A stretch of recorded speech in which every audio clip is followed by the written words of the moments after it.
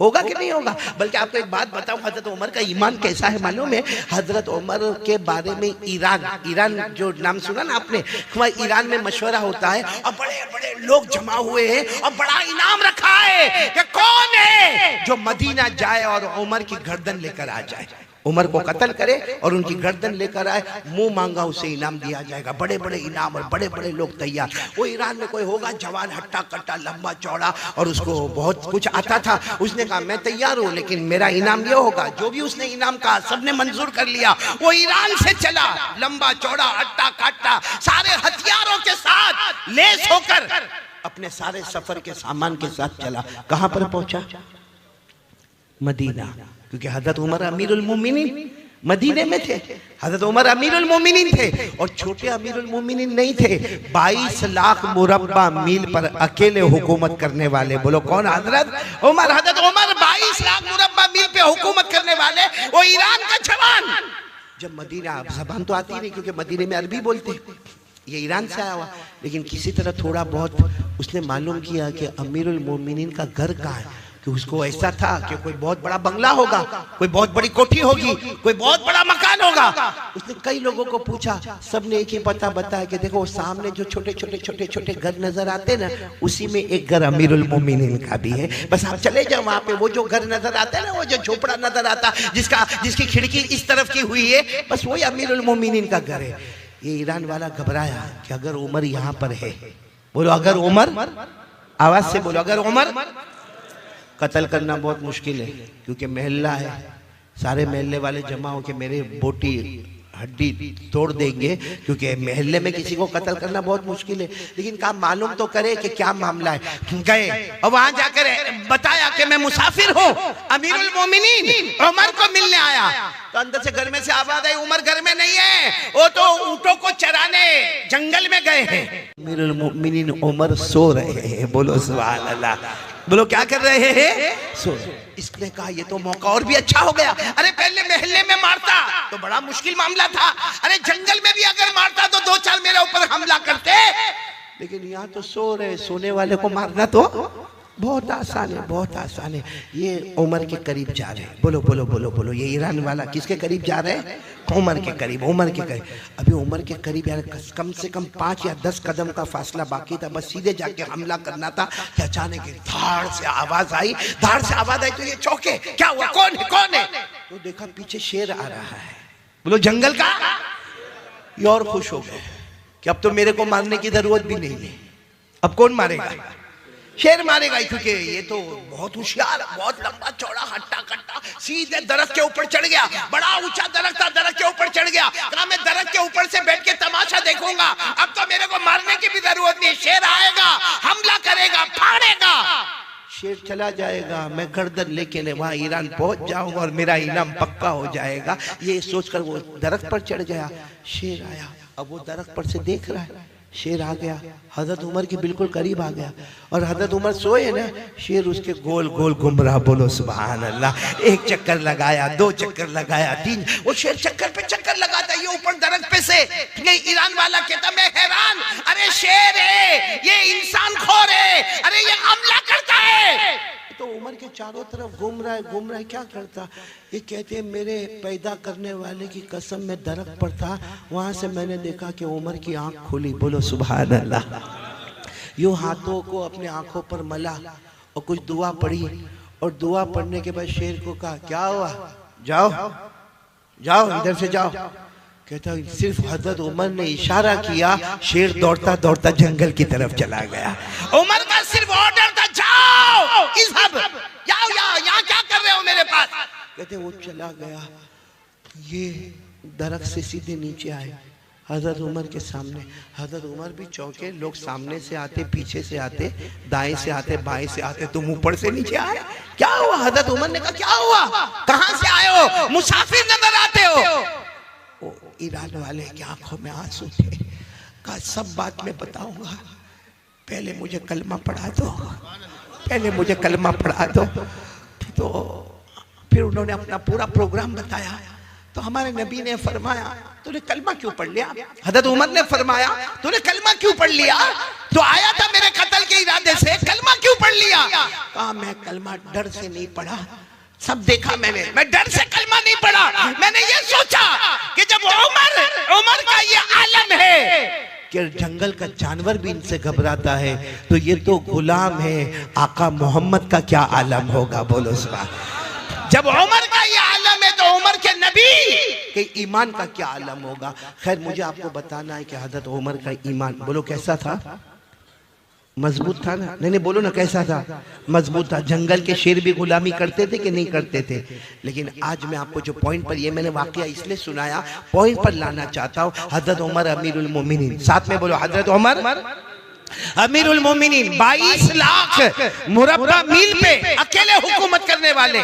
लेकिन हजरत उमर की एक आदत थी, रात को अपना कपड़ा बदल देते थे, भेष बदलते थे और पूरे मदीने का चक्कर लगाते थे, गांव का, देहात का, गलियों का। क्यों चक्कर लगाते थे? कोई गरीब होगा, कोई मिस्कीन होगा, कोई यतीम होगा, कोई बेवा होगी, कोई लाचार होगा, कोई मजबूर होगा, मेरे तक नहीं पहुंचा होगा। मैं अमीरुल मोमिनीन हूं, मुझे पता तो होना चाहिए कि मेरे इलाके में कोई परेशान तो नहीं। हजरत उमर भेष बदल के जा रहे थे, रात को तहज्जुद का वक्त था। हजरत उमर एक घर के पास गए, घर में से कुरान पाक के पढ़ने की आवाज आ रही है, बोलो सुभान अल्लाह। और क्या कुरान पढ़ा जा रहा है? पढ़ने वाले कोई भी सहाबी होंगे, आवाज बहुत प्यारी होगी। वो कुरान पढ़ रहे हैं, वत्तूरी व किताबिम मस्तूर फी रक़्क़िम मनशूर वल बैतिल मामूर वस्सक़फ़िल मरफ़ूअ वल बहरिल मस्जूर इन्ना अज़ाब रब्बिका लवाक़िअ मा लहू मिन दाफ़िअ। यानी वो पढ़ने वाले तो अपना कुरान पढ़ रहे, 27वां पारा सूरह नूर पढ़ रहे, लेकिन उसमें एक आयत आती है, इन्ना अज़ाब रब्बिका लवाक़िअ, अगर अल्लाह का अज़ाब आ गया, मा लहू मिन दाफ़िअ, कोई बचाने वाला नहीं होगा।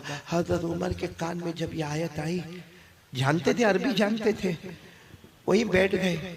अब मालूम है वहां तहज्जुद के वक्त से वो दीवार का टेक लगाकर बैठे, फजर की अजान हो रही है, हजरत उमर की दाढ़ी मुबारक भी आंसुओं से तर है और एक ही बात कह रहे, अल्लाह उमर पर तेरा अजाब आएगा तो उमर को कौन बचाएगा?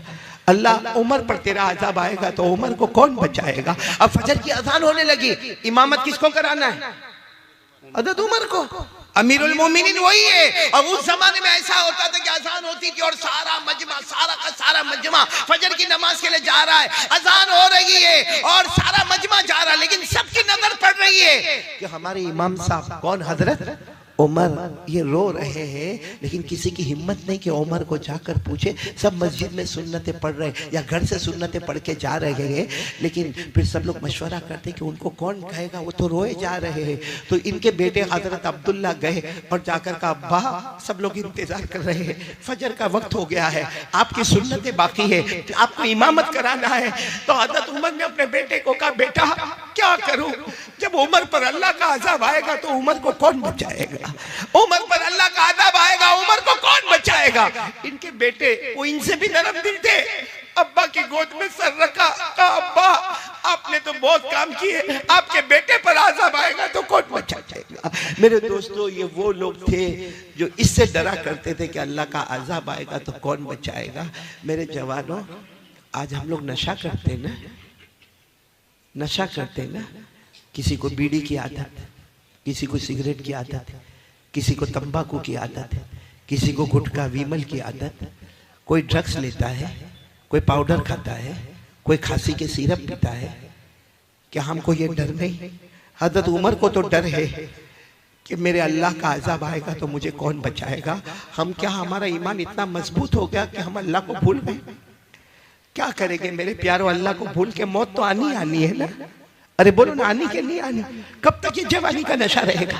कब तक ये जवानी का नशा रहेगा? और ये जितनी चीजें हम इस्तेमाल करते हैं ना, चाहे बीड़ी हो, सिगरेट हो, तंबाकू हो, गुटखा हो, ड्रग्स हो, पाउडर हो, एमडी हो, ये जितनी चीजों का हम इस्तेमाल करते हैं, हम समझते हैं आई एम यंग, मैं जवान हूं, मेरे पास वेस्टर्न स्टाइल है, मेरा चलने का तरीका, मेरा बोलने का तरीका, मेरी बाइक, मैं बहुत होशियार हूं। मेरे प्यारो, जिस दिन एक बीमारी आती है ना, फिर बचाने वाला कोई नहीं होता। सही कह रहा हूं, गलत कह रहा हूं? कितने लोगों को कैंसर हो गया, हाँ? वरना पहले हमारा जवान आपने यहाँ जद्दूपुर में भी देखा होगा, हमारा जवान बाइक पर बैठता है और बिल्कुल जहां सारा मजमा होगा ना वहां जाके ट्रैफिक नहीं है, लेकिन जोर से बाइक का ब्रेक मारेगा। क्यों बाइक का ब्रेक मारेगा? सब लोग देखे और फिर वो जेब में से निकालेगा। क्या क्या बोलते आप लोग? हाँ, अभी यूं हाथ पे थोड़ा टक टक टक टक करेगा, हाँ, फिर यूं खोलेगा, हाँ, और फिर हाँ करके ऐसा पिएगा जैसे शरबत पी रहा है। सही है कि नहीं? लेकिन ये जो चीज गलत है वो गलत है। नशा गलत है तो गलत है, पाउडर खाना गलत है तो गलत है, ड्रग्स लेना गलत है तो गलत है। होता क्या है मालूम है? नहीं सुधरता नहीं है, वो रोज रोज रोज रोज लेता जाता, फिर ये जो मुंह है ना, मुंह ये छोटा हो जाता है। कैसा हो जाता है? फिर क्या करता है मालूम है? ये हाथ में लेके यूं करेगा, एक हाथ से दरवाजा खोलेगा, दूसरे हाथ से एंटर हो जाएगा। सही कह रहा हूँ गलत कह रहा हूँ? मेरे तो फिर इतना छोटा सा मुंह हो जाता है। डॉक्टर के पास, अब डॉक्टर को मालूम है भाई, डॉक्टर माहिर है, चेहरा देखकर समझ जाता है कि इसको कैंसर है, लेकिन डॉक्टर को भी तो अपना बिल बनाना है ना।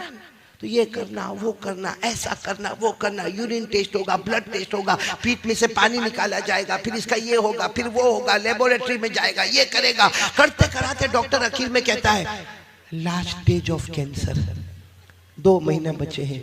और वो पूरी गवर्नमेंट ने कहा मास्क नहीं लगाने का, वो मास्क लगा के घूम रहा है, क्योंकि यहाँ उसका मुंह छोटा हो गया है, ऑपरेशन हो गया, जबड़ा फाड़ दिया गया। मेरे प्यारो, क्या कयामत में इसका जवाब नहीं देना पड़ेगा? मुफ्ती अली साहब, एक बड़ा अजीब मामला, मैं गुजरात में था, एक ने मेरे को आकर कहा मौलाना मेरा भाई 32 साल का है, वो खा खा के, तंबाकू खा खा के कैंसर हो गया, मर गया। वो शहीद हुआ कि नहीं हुआ? यानी वो मेरे को फतवा पूछता है कि मौलाना लिख के दे दो ना कि मेरा भाई शहीद हो गया, मैं मेरे खानदान वालों को बताऊं। मैंने कहा गुटखा खा के मरा, तंबाकू खा के मरा, ऑपरेशन करा के मरा। मैंने कहा सुनो, मैं आज मसला बताता हूं। कोई अपने गुनाहों की वजह से बीमार पड़े, कोई अपने गुनाहों की वजह से, भाई हमारे गुनाहों की वजह से अगर हमारा ये जबड़ा खराब हो गया, हमारे गुनाहों की वजह से अगर हमारा हाथ और पांव खराब हो गया, तो अल्लाह फरमाते कयामत में एक एक बदन के टुकड़े का जवाब देना पड़ेगा। ये कुरान में लिखा है, कुरान में 15वां पारा, अल्लाह तबारक व तआला फरमाते हैं इन्नस समा वल बसरा वल फुआद कुल्लु उलाइका काना अन्हु मसऊला। अल्लाह तबारक व तआला फरमाते तेरे कानों का, तेरी आंखों का, तेरे दिल का, बदन का जो भी टुकड़ा तूने गुनाहों की वजह से डैमेज कर दिया, बोलो कल कयामत में। हाँ, लेकिन अगर आदमी ने कभी बीड़ी, सिगरेट, तंबाकू, गुटखा कुछ नहीं, और बेचारे को कैंसर हो गया, हाँ फतवा दे दो कि शहीद होकर दुनिया से जा रहा है। लेकिन मेरे प्यारों, क्या ये सब करना जायज है जो हम करते हैं? क्या हमको अल्लाह का डर नहीं लगता? मेरे दोस्तों, कैंसर वाले को पूछो कैसा रोता है, कैसा रोता है, आखिरी घड़ी में क्या क्या हालात उसके ऊपर आते हैं। मेरे दोस्तों, वो कैंसर जब बदन में फैलने लगता है, लेकिन फिर भी हमारी तबीयत में सुधार नहीं आता ना। हम ना तो अपनी माँ के बने, हम सही में अपनी माँ के भी नहीं बने, अपने अब्बा के भी नहीं बने, हम अल्लाह के भी नहीं बने और मुस्तफ़ा के भी नहीं बने। हमको सिर्फ अपनी मर्जी प्यारी है मेरे प्यारो, जिसकी वजह से आज बर्बादी और तबाही के सिवा हमारे पास कुछ नहीं है। मैं पूछना चाहता हूँ, माँ की कौन मानता है? माँ को माँ कौन समझता है? ये पूरा मजमा है। अगर ये ऐलान हो गया भाई कारी अहमद अली का बयान होने वाला, या चलो ये ऐलान हो जावे कि यहाँ शादी का मंडप लगने वाला, या ऐलान हो जावे कि यहाँ पर बहुत बड़ा फंक्शन होने वाला, यहाँ के जिम्मेदार जवानों को जमा करेंगे, भाई कौन कौन हमारे साथ खिदमत करेगा, कौन कौन हमारे वॉलंटियर हजरात होंगे। बहुत अच्छा है, सारे के सारे जवान आ जाते और आकर कहते आप लोगों को फिक्र करने की जरूरत नहीं है, कुर्सी लगाना हमारा काम होगा, टेबल लगाना हमारा काम होगा, खाना खिलाना हमारा काम होगा, अरे चावल हम लेकर आएंगे, अरे सालन हम लेकर आएंगे, अरे मंडप हम लगा देंगे, लाइट हम लगा देंगे। बहुत अच्छा है, मखलूक की खिदमत है। लेकिन इसमें से किसी एक जवान को पूछो, माँ का पांव दबाता है कि नहीं दबाता? माँ के सर पे कभी मोहब्बत से हाथ फेरता है कि नहीं फेरता? आपको एक बहुत अजीब बात सुनाऊं, हो सकता आपके जद्दूपुर में नहीं होवे और बोलो आमीन नहीं होवे, लेकिन एक बहुत मालदार हमारे गुजरात का मेरे को मिला और इतना रोने लगा। मैंने कहा भाई अल्लाह का बंदा रोता का है, कोई जो है वो बता देना। तो कहता मैं रोता इसलिए हूँ कि रोज रात को मैं अपने सिटिंग रूम, भाई बड़ा मालदार है, कहा मेरा कमरा है, मैं ईशा की नमाज पढ़ के वहाँ बैठ के मेरी तस्बीहात पढ़ता हूँ। रोज रात को मेरा बेटा घर में दाखिल होता है, हाथ में मोबाइल होता है और मेरे सिटिंग रूम में चक्कर लगाता है, मोबाइल पे इधर जाके बात करता है, उधर से बात करता है, इधर बात करता है, उधर बात करता, फिर अपने कमरे में चला जाता। एक बार भी मुड़ के पूछता नहीं कि अब्बा आपको शुगर है, कोई तकलीफ तो नहीं अब्बा? अब्बा आपको प्रेशर है, आपने दवा तो ली कि नहीं ली? अब्बा आपका पाँव तो नहीं दुखता? और फिर मुझे रोकर क्या कहता है, कारी साहब क्या बयान में कहते हो? बयान में कहते हो कि बाप जन्नत का दरवाजा है। मुझे कहता कारी साहब गवाह रहना, कयामत में गवाह रहना। उसने अपने जन्नत का दरवाजा तोड़ दिया है, वो कभी भी जन्नत में नहीं जाएगा। ये बाप की बद्दुआ नहीं तो क्या है? पूछो आज बूढ़े बाप को, पूछो कितना बेटा पूछता है, बल्कि बारी लगती है बारी। कितने भाई हम लोग? 4। कितने भाई? 5। 15 दिन माँ बाप तेरे घर में, 15 दिन तेरे घर में, 15 दिन तेरे घर में, 15 दिन तेरे घर में। अल्लाह को हाजिर नाजिर रखकर बताओ, जब हम छोटे थे क्या हमारे माँ बाप ने हमको तकसीम किया था कि मेरा बड़ा बेटा वो घर पे रहेगा, मेरा दूसरा बेटा उधर जाके रहेगा, तीसरा बेटा उधर जाके रहेगा? क्या हमारे माँ बाप कोई बंदर है जो एक डाली से लेके दूसरी डाली, दूसरी डाली से तीसरी डाली पर? मेरे प्यारो, ये जो हम नशा करते ना, नशा आपको नहीं मालूम है, नशा बहुत खतरनाक है। बोलो ये नशा बहुत खतरनाक है। आज आपको मैं एक वाकया सुनाने जा रहा हूँ, आपकी अकल हैरान हो जाएगी। मेरे दोस्तों, एक बहुत बड़े अल्लाह के वली बोलो या हदीस के इमाम बोलो, हजरत फजल बिन अयाज, बोलो क्या नाम? आप सिर्फ फजल याद रखो, क्या नाम? हजरत फजल। वो जब हदीस का सबक पढ़ाते थे ना, ठाटे बांटता हुआ, वो जमाना ऐसा नहीं होता कि भाई मदरसे के बच्चे 14 साल, 15 साल, 16 साल, 18 साल, 20 साल, नहीं, वहां मदरसा ऐसा होता था, खुला मैदान होता था जिसमें बच्चे भी है, बड़े भी है, बूढ़े भी है, सब बैठे गए। और जब हजरत फजल आते थे, सारे बच्चे इस्तेकबाल के लिए खड़े होते थे। आपके सामने ऐसा टेबल रखा होता था, उस पर हदीस की किताब होती थी, आप पढ़ाना शुरू करते थे। उस जमाने में जो भी तरीका पढ़ाने का होता पढ़ाते थे। एक सामने स्टूडेंट बैठता था, सामने एक स्टूडेंट, सुनना, बहुत होशियार, बहुत चालाक, और आपको मालूम है जो ब्राइट स्टूडेंट हो, जिसका दिमाग अच्छा हो, तो पढ़ाने वाले की तवज्जो उसकी तरफ बोलो ज्यादा होती है। तो वो और हजरत फजल देखते थे, वो जो बोलते वो सब लिखता है। और कभी कभी चेक करते थे, तो चेक करते तो देखते थे इतना अच्छा लिखता है, इतना अच्छा। यानी हजरत फजल कहते हैं कि मुझे मेरे शागिर्दों में, मेरे स्टूडेंट में, मुझे इसके बारे में यकीन था कि इसका फ्यूचर बहुत ब्राइट होगा। कहते कि 1 महीना गुजरा, वो पढ़ने नहीं आया। कितना महीना? अब ब्राइट स्टूडेंट हो, वो 2 दिन नहीं आवे तो उस्ताद परेशान, पढ़ाने वाला परेशान, टीचर और प्रोफेसर परेशान कि मेरा इतना अच्छा स्टूडेंट नहीं आता। लेकिन वो चूंकि मजमा इतना रहता था, हजरत फजल समझे कहीं सफर पे गया होगा, इधर गया होगा, उधर गया होगा। सुनो, बराबर सुनना।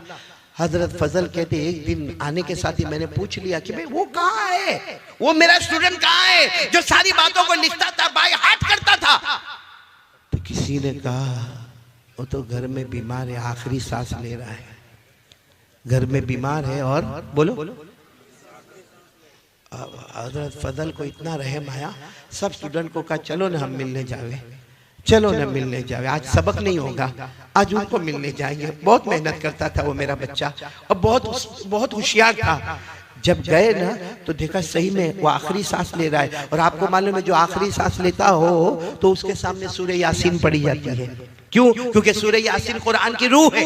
बोलो, सूरह यासीन कुरान की रूह है। और इस वक्त हमला बॉडी पर नहीं हो रहा है, मौत के वक्त हमला किसके ऊपर होता है? रूह पर होता है। तो रूह को रूह के साथ आसानी करने के लिए मरने वाले के पास क्या पढ़ना चाहिए? तो हजरत फजल ने देखा कि आखिरी सांस लेता, अपने सारे स्टूडेंट को कहा चलो चलो यासीन पढ़ो, यासीन पढ़ना शुरू करो। अब सब बच्चों ने यासीन एक आवाज गूंजी, यासीन पढ़ने की आवाज गूंजी। मालूम है वो जो बच्चा था ना, जवान लड़का, अपने उस्ताद को कहता है मत कहो इनको यासीन पढ़ने, मत कहो, मेरे को कुछ भी काम नहीं आएगा, मेरे को कुछ भी काम नहीं आएगा। तो ये समझ गए उस्ताद के आखिरी वक्त है, आदमी कुछ भी बोलता है समझ में नहीं आता। तो उस्ताद ने कहा भाई सब लोग यासीन पढ़ना बंद करो, बल्कि क्या करो, ला इलाहा इल्लल्लाह इल्लल्लाह पढ़ो, पढ़ो ला इलाहा इल्लल्लाह, ला इलाहा। क्योंकि हदीस में आता है लक़िनु मौताकुम ला इलाहा इल्लल्लाह, जो मरने के करीब हो उसको ला इलाहा इल्लल्लाह उसके सामने पढ़ो। मालूम है जब सबने ला इलाहा इल्लल्लाह की आवाज़ गूंजी तो स्टूडेंट कहता है अपने उस्ताद को, मेरे उस्ताद हजरत फजल, मेरे उस्ताद मत पढ़ो, मत पढ़ो, काम नहीं आएगा। कहा बेटा ऐसा क्यों कहता, काम नहीं आएगा, क्यों ऐसा क्यों कहता काम नहीं आएगा?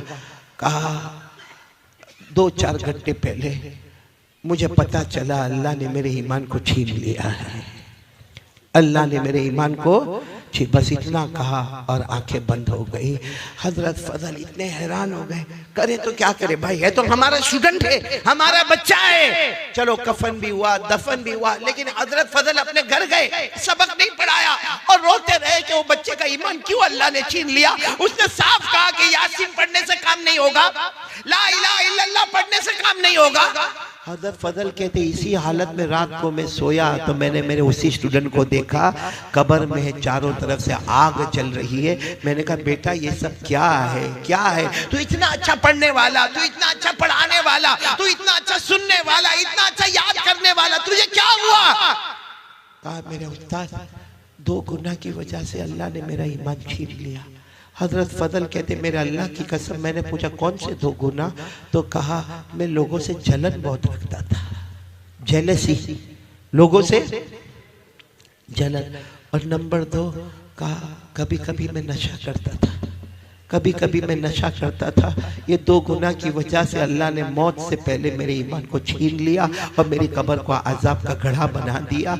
मेरे प्यारों में पूछना चाहता हूँ जद्दूपुर वालों, क्या हमारे अंदर जलन नहीं है? सही बोलो ना, हमारे अंदर जलन, जेलसी।